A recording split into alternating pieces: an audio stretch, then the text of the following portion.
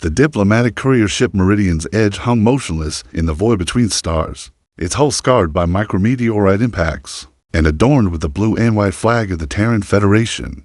Captain Valdres Kane stared at the grotesque tableau displayed on the main view screen, his weathered face carved from granite. 47 human skeletons, bleached white by cosmic radiation, had been arranged with surgical precision into the 13 stripes and star field of Earth's ancient flag. Each bone had been carefully positioned, held in place by some kind of crystalline lattice that glittered against the black backdrop of space. The message was unmistakable. "Sir," whispered Communications Officer Lyra Voss, her voice barely audible over the bridge's ambient hum. "The hegemony is broadcasting on all frequencies.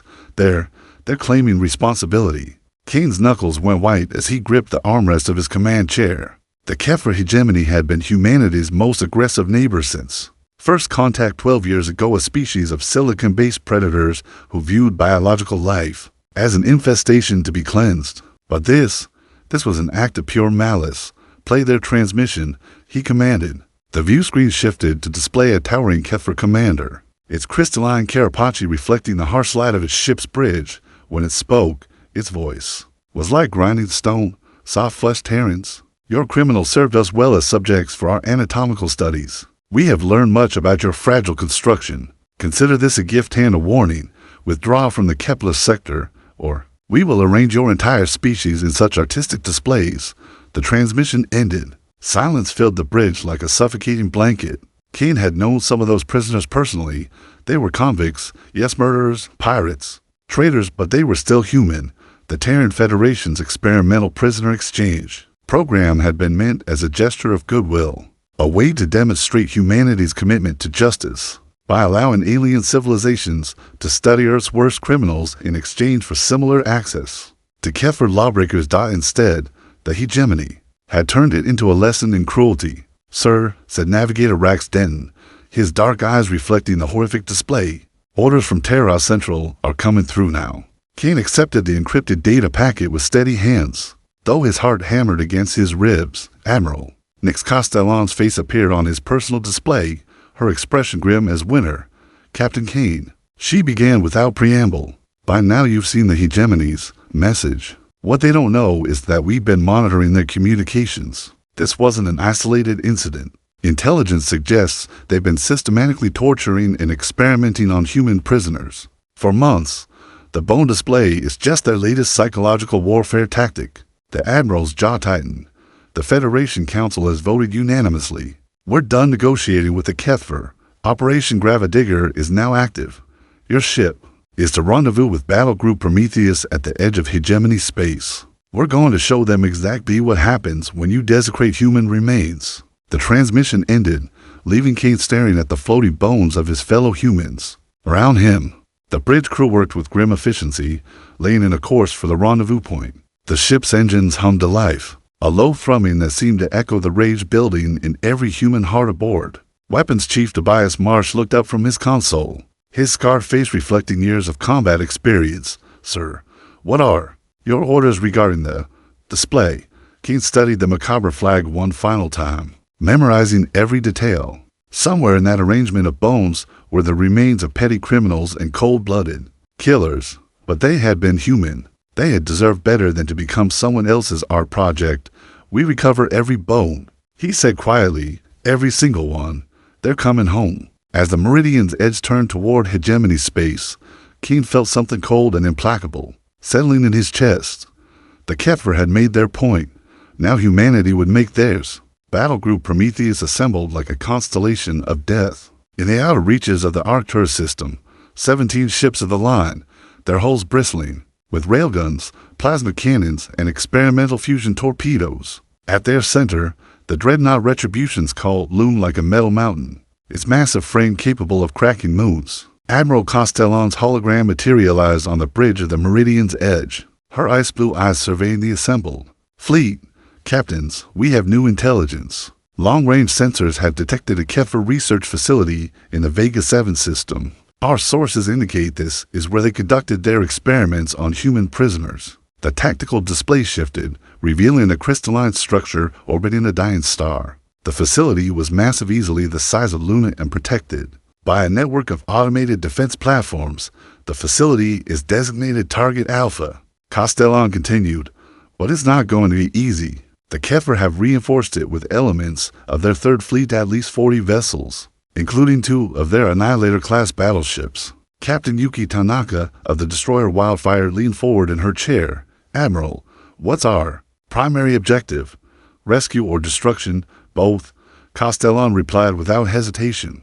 Intelligence suggests there may still be human prisoners alive in that facility. We extract them if possible, then we turn that abomination into cosmic dust. The fleet moved out in tight formation, slipping through hyperspace like a school of steel predators. 3 days later, they dropped back into normal space at the edge of the Vega 7 system, immediately lighting up their active sensors. What they found made even veteran spacers curse in amazement. The HFY facility wasn't just a research station, it was a monument to systematic cruelty. Vast transparent sections revealed chambers filled with dissection tables, holding cells, and what could only be described as torture implements floating around the station in neat, organized patterns were more bone displays, hundreds of human skeletons arranged in geometric patterns like some twisted art gallery. Jesus Christ, whispered someone on the comm channel. Admiral Castellan's voice cut through the horrified silence like a blade. All ships, battle stations, prepare for immediate engagement. They've turned our people into a fucking museum. The HFY response was swift and brutal. Their fleet emerged from behind the facility's bulk, crystalline hulls gleaming like predatory insects. The lead ship, a massive Annihilator-class vessel, broadcast a taunting message. Welcome, soft flesh. We have prepared more displays for your arrival. Open fire, Castellan commanded. The battle erupted in a symphony of destruction. Terran railguns spat tungsten slugs at relativistic speeds, while HFY plasma cannons painted space in lethal auroras. The destroyer Phoenix Rising took a direct hit to her port engine, venting atmosphere and bodies into the void. Her captain, Marcus Vance, kept firing even as his ship listed heavily to starboard. The Wildfire dug beneath the enemy formation, her torpedo tubes blazing. 6 fusion warheads struck a HFY cruiser amidships, cracking its crystalline hull like an eggshell. Alien atmosphere and bodies spilled into vacuum, but the ship kept fighting, its automated systems maintaining fire even as its crew died. Captain K maneuvered the Meridian's edge through the chaos, targeting the smaller defense platforms surrounding the research facility. Each platform he destroyed revealed more horrors, chambers filled with human remains, laboratories where torture had been elevated to science, holding cells where the dying had been kept alive, solely to prolong their suffering. Sir, Navigator, Denton called out over the roar of battle. I'm detecting life signs in Section 7 of the facility. They're human. Kane's heart leaped. Survivors. After all this time, there were actually survivors. Weapons. Concentrate fire on that section's defenses. He ordered. Prepare a boarding party. The battle raged around them as the Meridian's edge closed on the facility. HFY fighters swarmed, like angry wasps, their crystal hulls refracting laser fire into deadly rainbows. The frigate Hammer of Babylon disappeared in a ball of superheated plasma, taking all hands with her dot, but the Terran forces pressed forward, driven by a fury that transcended mere military discipline. They had seen the bone displays, witnessed the systematic degradation of human dignity. This wasn't just war, it was a reckoning. The Retribution's call targeted one of the Annihilator-class battleships, her massive plasma cannon cycling up to full power. The weapon fired once, sending a bolt of contained starfire across the battlefield. The HFY ship's crystalline armor held for a moment, then shattered like glass. The vessel broke apart in a silent explosion, its death throes visible for millions of kilometers. As the first phase of the battle wound down, Admiral Castellan's voice echoed across the fleet. This is just the beginning. We're going to make them pay for every human life they've taken, every single one. The boarding pods launched from the Meridian's edge like bullets fired from God's own gun, their armored hulls burning through the thin atmosphere surrounding the research facility. Captain Kane led the assault personally, his powered armor servos whining as he checked his weapons one final time. Remember, he transmitted to his team, we going hard and fast. Priority 1 is finding survivors. Priority 2 is documenting everything. Priority 3 is making sure this place never operates again. The pod struck the facility's hull with bone-jarring impacts. Plasma cutters sliced through crystalline walls like hot knives through butter, and the boarding teams poured into the alien structure with weapons raised. What they found inside defied human comprehension. The corridors were lined with display cases containing human organs suspended in luminescent fluid. Each case was meticulously labeled in HFY script, describing the organ's function, its pain response, and its breaking point under various forms of stress. Sergeant Major Elena Vasquez, a 20-year veteran of the Terran Marines, vomited inside her helmet at the sight of a human heart still beating in its container. "Jesus fucking Christ," she gasped, wiping her mouth with a shaking hand. "They're keeping them alive just to watch them suffer." Kane's tactical display showed the facility's layout a sprawling complex of laboratories, holding cells, and what could only be described as amphitheaters where the HFY had apparently gathered to observe their experiments. The life signs Denton had detected were concentrated in the facility's core, protected by multiple layers of security. The team moved deeper into the structure, their boots echoing on floors made from some kind of organic polymer that felt disturbingly like human skin. They encountered their first resistance at a junction leading to the central laboratories. A squad of HFY soldiers in powered armor that gleamed like living jewels. The firefight was brief, but vicious. Terran pulse rifles chattered against crystalline armor, while HFY plasma weapons carved glowing wounds in the corridor walls. Private Jackson took a hit to the chest, his armor cracking like a broken mirror. He kept firing until his rifle ran dry, then drew his combat knife and charged the nearest alien. They found him 30 seconds later, his blade buried to the hilt in a HFY soldier's optical sensor cluster. Both combatants were dead. "Move," Kane shouted, leading his remaining team through the breach. Behind them, explosions echoed through the facility as the naval battle continued. The Meridian's Edge was taking heavy fire, her hull scarred by plasma burns and kinetic impacts. They reached the central laboratory complex just as alarms began wailing throughout the facility. The HFY were preparing to execute their remaining prisoners rather than let them be rescued. The laboratory doors were made of some kind of transparent aluminum composite, allowing the boarding team to see inside. What they witnessed there would haunt them for the rest of their lives. 17 humans were suspended in crystalline matrices, their bodies pierced by countless monitoring devices. Most were barely alive, kept conscious by alien stimulants so the HFY could study their pain responses in real time. The prisoners' eyes were wide with terror and madness, their mouths open in silent screams. One of them was a woman. Kane recognized Dr. Rebecca Holstrom, a convicted war criminal who had been sentenced to the exchange program for her experiments on colonial civilians. Even seeing her like this, tortured beyond all human endurance, filled him with rage. "Breach the door," he ordered. The plasma charges detonated simultaneously, turning the laboratory entrance into molten slag. The boarding team rushed inside, their medical sensors detecting the faint vital signs of the suspended prisoners. "Sir," called Corman Willis, his voice tight with controlled emotion. "They're alive, but barely. The neural implants, they've been keeping them conscious through everything. Some of these people have been awake and aware for months." As the team worked to free the prisoners, their comm systems crackled with upgrades from the ongoing battle.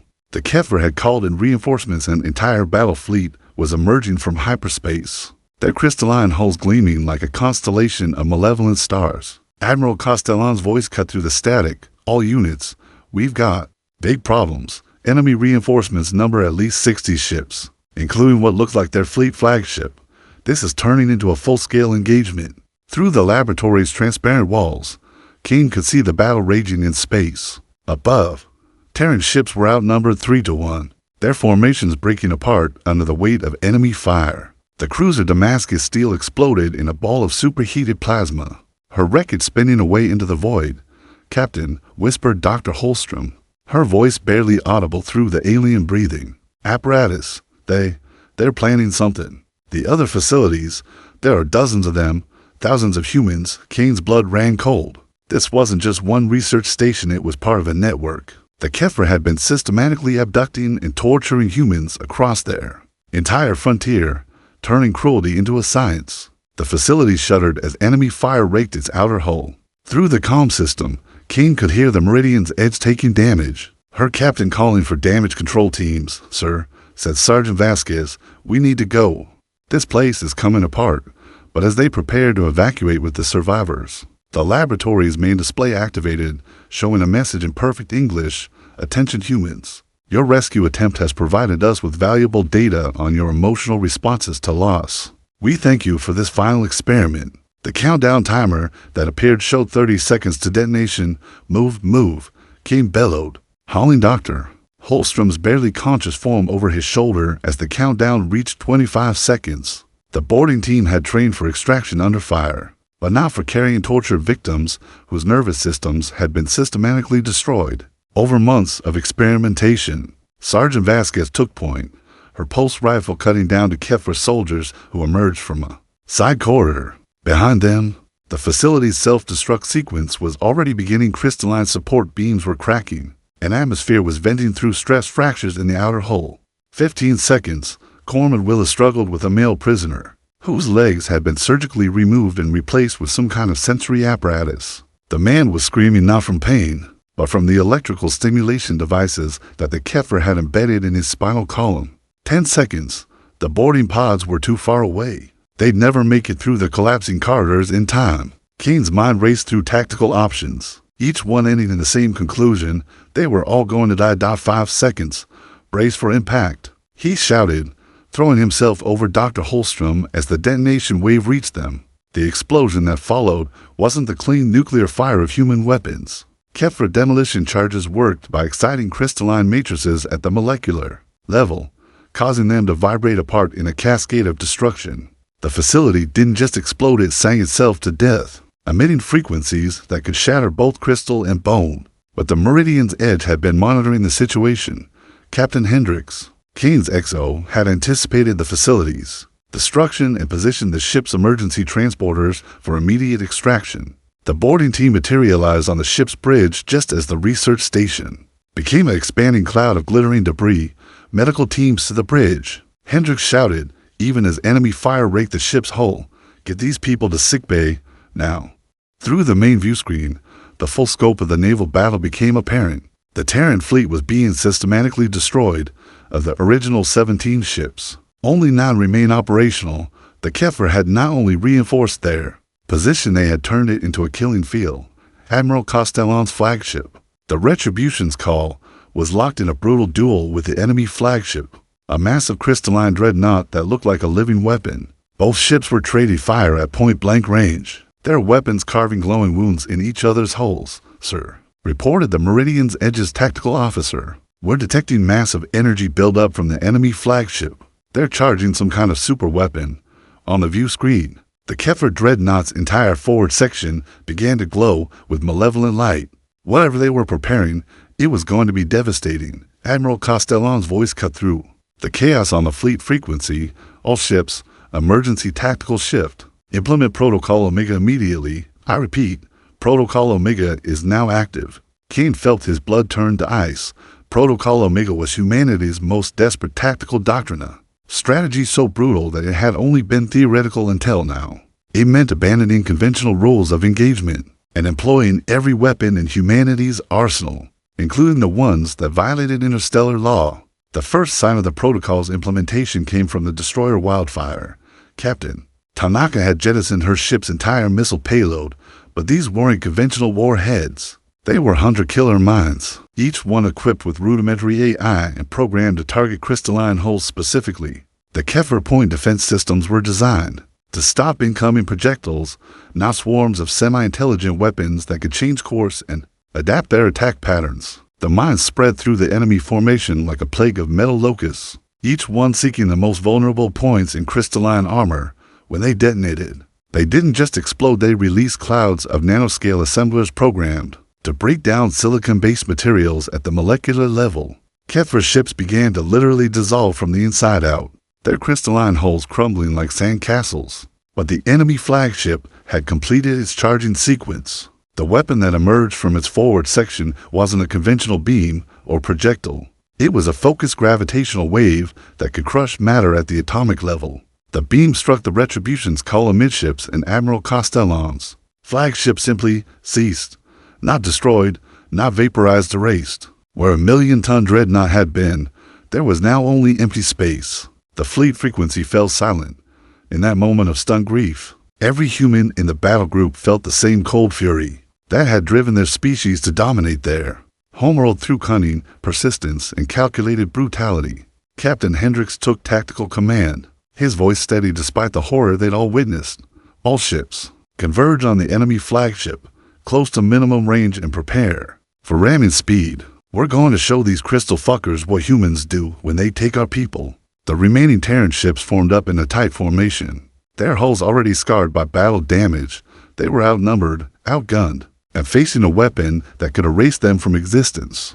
But they were human, and humans, when cornered, became something else entirely, sir, whispered Dr. Holstrom from her medical gurney, her eyes bright with chemically induced clarity. The other facilities, I know where they are, all of them. Keen looked down at the broken woman, seeing something in her expression that chilled him to the bone. She wasn't just a victim anymore, she was a weapon, and she was ready to be used. The Terran fleet's charge toward the HFY flagship was less a tactical maneuver than a controlled descent into madness. 9 ships against 60, with no hope of conventional victory and every intention of taking as many enemies with them as possible.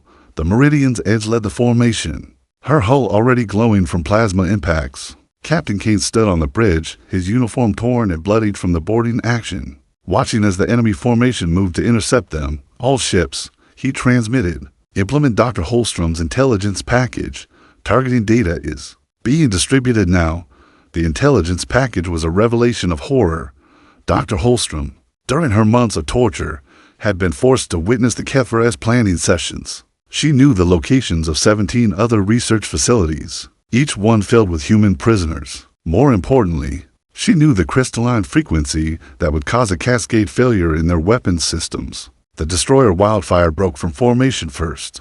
Diving toward a cluster of enemy cruisers, Captain Tanaka had reconfigured her ship's main sensor array to broadcast the resonance frequency, turning her vessel into a massive tuning fork. The effect on the HFY ships was immediate and catastrophic. Their crystalline hulls began to vibrate apart, shedding armor plating like scales from a dying fish.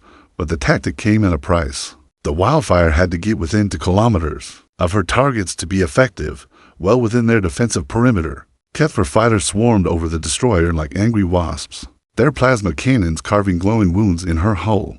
Captain Tanaka kept broadcasting the lethal frequency, even as her ship disintegrated around her. Hull breach on decks 4 through 7, her tactical officer reported with professional calm. Life support failing. Reactor containment at 60%. Maintain frequency broadcast, Tanaka ordered, her hands white-knuckled on her command chair's armrests. Make them pay for every meter. The Wildfire exploded 3 minutes later, taking for HFY cruisers with her. Her sacrifice had bought the rest of the fleet precious time to close the distance. The frigate Hammer of Destiny employed a different strategy. Her captain, Commander Naya Okafor, had jettisoned everything non-essential from her ship lifeboats, auxiliary equipment, even the crew's personal belongings to make room for a single massive warhead. Not nuclear, not a time matter, but something far worse, a gravitational collapse bomb that would create a temporary black hole. Okafor guided her ship into the heart of the enemy formation, her crew singing battle hymns as HFY fire stripped away armor and hull plating. The frigate's bridge was exposed to vacuum, her crew operating in emergency suits as plasma bolts and crystal shards filled the air around them. Arming the device, announced Weapons Officer Dmitry Kozlov, his voice steady despite the fact that he was slowly bleeding to death from a crystal shard embedded in his chest. 30 seconds to detonation. The HFY recognized the threat too late. The Hammer of Destiny was already deep within their formation, her hull superheated and glowing like a falling star. When the gravitational weapon detonated, it created a sphere of twisted space-time that consumed everything within a 10-kilometer radius. 12 HFY ships vanished into the artificial singularity, their crystalline hulls stretched into impossible geometries before disappearing beyond the event horizon. The Hammer of Destiny was gone too, along with her crew of 43, but they had carved a hole in the enemy formation that the remaining Terran ships could exploit. The heavy cruiser Iron Discipline charged through the gap, her captain, Elena Vasquez's sister Maria, screaming orders in 3 languages as her ship's weapons blazed. The cruiser had been modified with experimental plasma cannons that could overload at any moment. But Maria didn't care. She had seen the bone displays, witnessed the torture chambers, and nothing mattered now except making the HFY pay. Port, battery, target their command ship, she shouted over the roar of battle.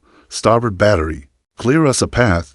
Engineering. I don't care if the reactor goes critical, give me everything. The iron discipline lasted 12 minutes against concentrated enemy fire, her weapons blazing until the very moment her power core breached containment. The explosion was visible from 3-star systems away, a brief new star that illuminated the battlefield in harsh white light dot by the time the glare faded. Only for Terran ships remain operational: the Meridian's Edge, the light cruiser Defiant Storm, the destroyer Phoenix Rising, and the assault carrier Vengeful Mother. They faced 37 HFY vessels, including the massive flagship with its reality-erasing weapon. Captain Kane opened a channel to the surviving ships. Gentlemen, ladies, it's been an honor. Dr. Holstrom's data indicates that the enemy flagship's gravitational weapon has a 15-minute recharge cycle. We have 12 minutes to make this count. The four ships spread into a diamond formation, their weapons synchronized to create overlapping fields of fire. They had one advantage: the nanoscale assemblers from the earlier mine attack were still eating away at HFY hulls, creating weak points that could be exploited. The Defiant Storm targeted the flagship's weapon array, her concentrated fire carving chunks of crystalline armor away from the massive structure. Captain Rex Morrison, a veteran of the Centauri Wars, had configured his ship's weapons for maximum penetration rather than area effect. I could see their power conduits, he reported, his voice tight with concentration. They're using some kind of quantum entanglement system to channel energy from their reactor to the weapon. If we can sever those connections. He never finished the sentence. A HFY plasma bolt struck the Defiant Storm's bridge, instantly vaporizing Captain Morrison and his command crew. But his ship kept fighting, her automated systems maintaining fire even as secondary explosions tore through her hull. The Phoenix Rising, badly damaged from the earlier battle, used her remaining momentum to ram a HFY cruiser. The collision was catastrophic for both ships, but it opened another gap in the enemy formation. Only the Meridian's Edge and the Vengeful Mother remained, facing the full might of the HFY fleet.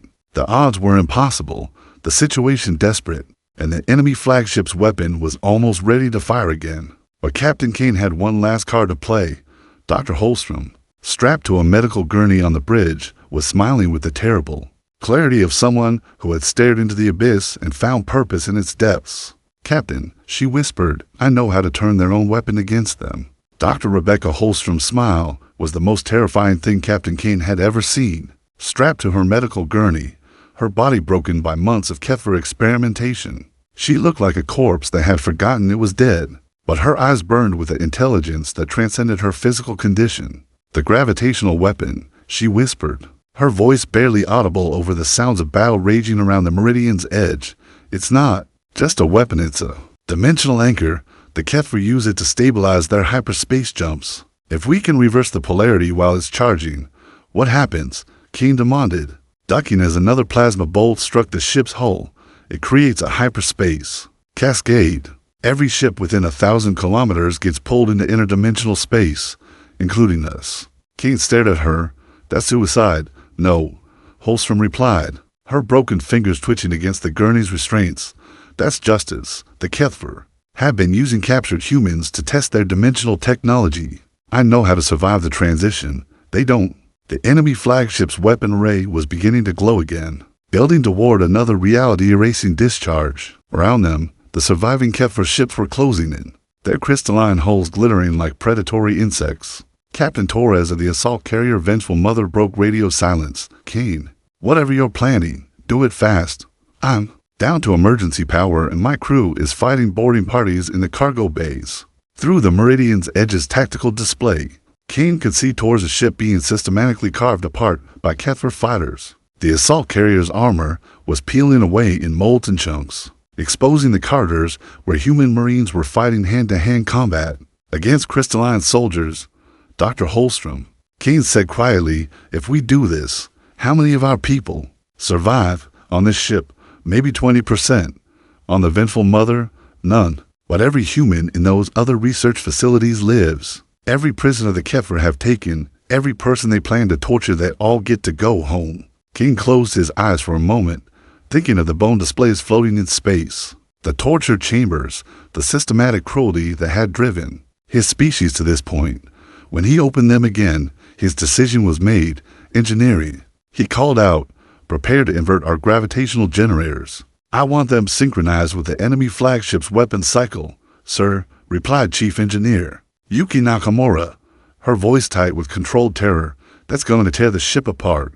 The gravitational stress alone. Do it anyway. Keen interrupted. All hands. Prepare for dimensional transition. This is not a drill. The Meridian's edge turned toward the enemy flagship, her engines straining against the gravitational forces that were already beginning to distort space around them. The HFY weapon was reaching critical charge, its glow visible even through the ship's radiation shielding. Dr. Holstrom began reciting coordinates in a voice that carried across the bridge. Despite its weakness, dimensional anchor at coordinates 247 Mark 83, polarity inversion on my mark. Everyone needs to be touching something metal when the cascade begins. The human nervous system can survive the transition if it's properly grounded. The crew grabbed onto whatever metal surfaces they could find, handrails, equipment housings, even the steel framework beneath the deck plating. On the view screen, the HFY flagship loomed like a crystalline cathedral, its weapon array building toward a discharge that would erase them from existence. 10 seconds. Holstrom counted down. 9, 8, 7, the enemy weapon. Fired. Now Holstrom screamed. Chief Engineer Nakamura triggered the gravitational inversion just as the reality-erasing beam reached them. Instead of being annihilated, the Meridian's edge became the focal point of a dimensional rift that tore a hole in space-time itself. The effect was immediate and catastrophic. The HFY flagship, caught in the gravitational cascade, began to stretch and distort as competing forces pulled it in multiple directions simultaneously. Its crystalline hull, designed to withstand conventional weapons, cracked like an eggshell under the stress of interdimensional forces. But the cascade was spreading. Every ship within 1,000 kilometers Terran and HFY alike was being pulled into the dimensional rift. The vengeful mother disappeared first, her hull elongating impossibly before vanishing into twisted space. Then the enemy cruisers began to follow, their crew's screams Doppler shifting into silence as they fell between dimensions. Captain Kane felt the transition like ice water in his veins. The Meridian's edge was falling through layers of reality, her hull groaning under stresses that shouldn't exist. Around him, crew members who hadn't found proper grounding were simply fading, their molecular structure unable to maintain coherence during the dimensional shift. Navigator Denton was the first to go, his body becoming transparent before dissolving into component atoms. Then Weapons Chief Marsh, his scarred face expressing surprise rather than fear as he ceased to exist. The ship's lights flickered between frequencies that human eyes weren't designed to see. The air itself seemed to thicken, becoming a liquid that carried sound and meaning in ways that defied physics. Through it all, Dr. Holstrom's voice guided them. Hold on. The cascade is almost complete. The HFY ships are being torn apart there. Crystalline structure can't survive dimensional flux. On the distorted view screen, King could see the enemy flagship breaking apart in slow motion, its massive bulk separating into component crystals that scattered across multiple dimensional planes. The other HFY vessels were suffering similar fates, their crew's death screams echoing across frequencies that touched the human soul directly. Then, suddenly, space snapped back to normal. The Meridian's edge hung in empty space, her hull scarred and smoking but intact. Of the 63 HFY ships that had entered the battle, none remained. They had been scattered across dimensional space, their crystalline hulls unable to maintain coherence during the transition.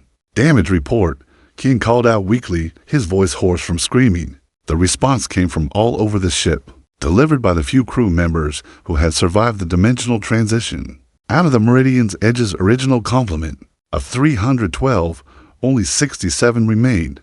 The others had been lost either to battle damage or to the cascade itself. Hull integrity at 40%, reported Acting Chief Engineer Petty Officer Kim Sandos, her voice shaking. We've got atmosphere leaks on 8 decks, and the reactor is running on backup containment. Communications are down, added the surviving comm officer, but I'm detecting automated distress beacons. Lots of them. Kane turned to Dr. Holstrom, who was somehow still conscious despite everything her body had endured. Doctor, the other facilities, are they still there? She nodded weakly. The dimensional cascade created a resonance effect. Every HFY installation using their gravitational technology just stopped working. Their containment fields, their torture devices, their dimensional locks, all of it failed simultaneously. For the first time in months, Dr. Rebecca Holstrom smiled without madness behind her eyes. 6 months later, Captain Valdres Kane stood in the memorial hall aboard Terra Station, staring at a wall that bore the names of 847 Terran spacers who had died in what historians were already calling the Bone Flag Incident. The wall was made of polished black stone, each name etched in silver letters that caught the light like distant stars. Behind him, the soft murmur of conversation filled the hall as families, fellow officers, and government officials paid their respects. Today marked the official end of the HFY conflict and the beginning of humanity's expansion into what had once been hegemony space. Captain Kane, he turned to find Dr. Rebecca Holstrom approaching, walking slowly, but under her own power. The medical nanites had done their work well, repairing the worst of the damage the HFY had inflicted on her nervous system. She would never be completely whole again, but she was alive, and that was more than anyone had expected. Doctor, he acknowledged with a nod. How are you feeling? Like someone who's been given a second chance, she replied, her voice stronger than it had been on that final, desperate day aboard the Meridian's edge. I wanted to thank you again, Captain, for coming back for us. Kane studied her face, seeing something there that hadn't been present during her trial years ago. The arrogance was gone, burned away by months of suffering. What remained was harder to define, perhaps wisdom, perhaps simply the knowledge of what it meant to be human when everything else had been stripped away. The rescue fleets found them all, didn't they? He asked. Holstrom nodded. 2,847 human prisoners, recovered from 18 different facilities. Some of them, she paused, her hands trembling slightly. Some had been there for years. The HFY had been taking our people longer than we realized. The dimensional cascade had done more than destroy the enemy fleet by disrupting the gravitational technology that the HFY used to maintain their research facilities. It had caused a systematic failure across their entire network of torture installations. Containment fields had collapsed, door locks had failed, and automated defense systems had simply stopped functioning. The rescued prisoners had been found by Terran search and rescue teams, many of them huddled together in the ruins of their former prisons, hardly daring to believe that their ordeal was over. The stories they told had solidified humanity's resolve to never again allow such systematic cruelty to go unpunished. Admiral Castellan's replacement wants to offer you a promotion, Kane said quietly. Fleet captain, with your own battle group. Holstrom laughed, a sound that would have been bitter months ago, but now carried notes of genuine amusement. Do you think that's wise, Captain, giving a convicted war criminal her own fleet? I think, Kane replied carefully, that you understand the cost of cruelty better than most, and understanding that cost is what makes someone qualified to prevent it. They stood in comfortable silence for a moment, watching as other visitors moved through the memorial hall. Near the far wall, Kane could see Navigator Denton's widow placing flowers beneath his name. She had their young son with her, a boy who would grow up knowing that his father had died to prevent humanity's darkest impulses from going unchallenged. The HFY survivors, Holstrom said eventually, the ones who weren't aboard ships during the cascade. What's being done with them? Prisoner exchanges, Kane replied. They're being treated according to Terran military law better than they treated our people, but not by much. Some are being held for war crimes trials. Others are being used to establish communications with whatever government structures remain in their space and the territories they left behind. Colonization fleets are already moving in. The Defense Council estimates that former hegemony space could support 50 million new settlers within a decade. Kane's expression darkened slightly. Of course, we're finding more research facilities every month, empty ones, thankfully. But the evidence of what they were doing, he didn't need to finish. Both of them had seen the reports, had read the testimonies of survivors who described systematic programs of torture that had been elevated to scientific methodology. The HFY hadn't just been cruel, they had been comprehensively, methodically evil in ways that challenged human understanding. There's something else, Holstrom said, her voice dropping to a whisper, something I never told the debriefers. During the final experiments, before you arrived, the HFY were preparing to broadcast the results of their research to other species. They wanted to teach the galaxy how to break human will, how to systematically destroy human dignity. Kane felt a chill run down his spine. Did they succeed? No. Holstrom replied firmly. The cascade destroyed their research networks before they could transmit anything. But Captain, there are other species out there who might be interested in that kind of information. Species who see humanity's expansion and want to find ways to stop us. Then we'll have to make sure they understand the consequences, Kane said quietly. What happened to the HFY wasn't an aberration, it was a promise. Any species that tries to systematically torture humans will face the same fate. Near the Memorial Wall Center, a new addition had been installed just that morning. A holographic display showing the original bone flag that had started everything. But now it was surrounded by images of the survivors, the rescued prisoners, and the new colonies being established in former hegemony space. Below the display, words were etched in the same silver letters used for the names of the dead. They took our prisoners and sent back bones arranged in the shape of our flag. We sent back silence where their civilization used to be. Dr. Holstrom read the inscription and nodded slowly. It's not quite accurate. You know, we didn't send back silence. No. Kane asked. No, she replied, her eyes reflecting the memorial's soft lighting. We sent back a lesson, and lessons, Captain, tend to echo as they left the memorial hall together. Kane thought about the expansion fleets already moving into former HFY space, about the new colonies that would grow where torture facilities had once operated, about the children who would be born free because others had been willing to pay the ultimate price. For that freedom, the HFY had intended their bone flag as a message of intimidation, a demonstration of their power over human life and dignity. Instead, they had awakened something in humanity that was far more dangerous than they could have imagined. Not just the capacity for violence, but the willingness to pay any price to protect their own dot in the end. That had made all the difference. The bones had been recovered, every single one, and given proper burial on worlds that would remember what had happened here. The flag they had been arranged to represent now flew over 17 new colonies, each one a testament to humanity's refusal to be broken by cruelty. And in the vast darkness between stars, other civilizations watched and learned, understanding, for the first time, exactly what it meant when humans said they would never forget.